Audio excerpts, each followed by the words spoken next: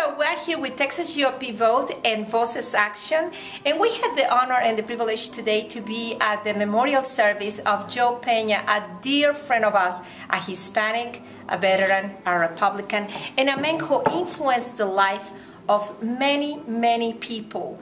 And every one of us who have been touched by the life of Joe Peña have wanted to say some words about Joe's life. But today, here in the city of Dallas, we have the honor to have with us the Supreme Court Justice of Texas, Mr. David Medina. Justice Medina is here with us, and he spoke at the funeral, and it's just a joy to have you with you. Thank you for coming to be with us, and I understand that Mr. Joe Peña was important to you, and thank you for being here. I'm honored to be here. I would like to know, what was the influence of Joe Peña in your life, Justice Medina? Joe Peña touched my life in every way you could possibly think of. First of all, politically, I was already involved with the Republican Party when I met Joe. That would have been in 1984. I was a precinct chairman working my precinct, trying to register voters, primarily Latino Republican voters, and of course at that time there weren't very many of us. But Joe Peña was introduced to me by my friend Angel Abatua as the leader of a group called the Republican National Hispanic Assembly. I met Joe, and that was well before I was in law school, and he encouraged me, as he did so many young people, to get involved in our community, not only as good citizens, but also on a political base. And having already been involved, it was encouraging for me to see other Latino Republicans involved at what I thought was a very high level.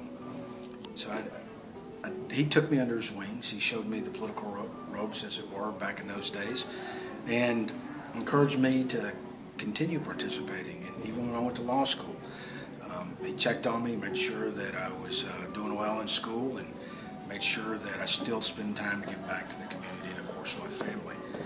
And after that, I had the privilege of being appointed to be a state district judge. And, of course, I believe that Joe Peña had something to do with that as well, his recommendation to then Governor Bush. And then went back to private practice, but was still involved politically. And when I had an opportunity to go be Governor Perry's general counsel, Joe Peña was there. And when I got appointed to be a justice on the Texas Supreme Court, Joe Peña was there as well. He actually had a reception for me here in Dallas, and that was very nice, and always giving me words of encouragement.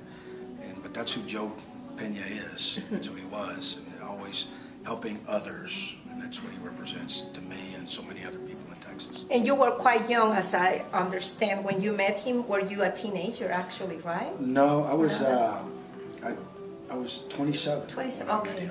Very young still. So I knew him for over half of my life, and when you see somebody like Joe who's so dynamic and so engaging, to make you feel that you have something to offer, that's encouraging. It encouraged me to participate. A young guy trying to find his way in Houston, which is a large community. Yes. He made me and many others feel like we had something to contribute.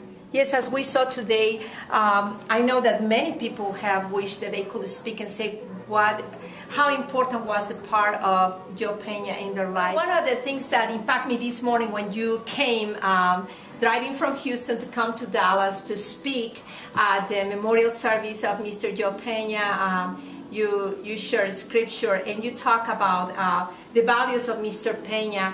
What can you share with the audience, those of us who knew Joe Peña, but the people who maybe didn't get to know him? What do you think he would like other people to hear, especially Hispanics and non-Hispanics as well, about how will he wish to see Texas and the country in regards of conservative values and issues?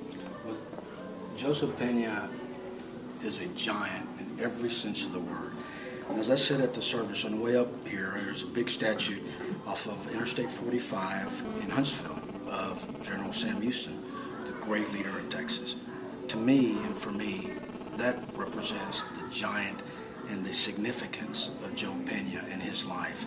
He touched so many people in every sense of the word. He was kind. It didn't matter if you were a precinct chairman or the President of the United States. He treated you the same way. Now, I've never been President of the United States, but I certainly knew him when I was a precinct chairman, a law student, when I was working for a major corporation, Governor's General Counsel, Texas Supreme Court. Same respect all the way, every step of my life. He also was a veteran, and to see this honor guard there at his funeral today was very, very moving. A veteran who gave his time for his country, and he could have finished there. I mean, that's a big service. To be a veteran of the United States Armed Forces is a very, very huge event in somebody's life. He went beyond that, kept on giving. Very Christian man, very involved in his church, represented everything that is good, gave back to the community, but didn't stop doing stuff in Harris County, didn't stop encouraging young people there. When he moved to Dallas, got involved here. He could have said, you know what, I've done this for a long time. It's time for someone else to do it. Joe wasn't like that. He kept giving. And as he said, the famous quote, "Who amongst us has given enough?" And we think about it, none of us have. And as much as anyone has done, no one of us has done enough. And I know Joe was a believer, and that's, Jesus wept. Shortest verse in the Bible, as you know. Jesus wept for Lazarus. You know, today we wept for Joe, but we also smiled for Joe because Joe had a great life. And as we said, you know, John 3:16 says it all. It says it all for me. And so I know that one day, good Lord willing, we'll be all reunited. One of the last events that Joe Peña attended before he went to be with the Lord was in this very room where we are right now.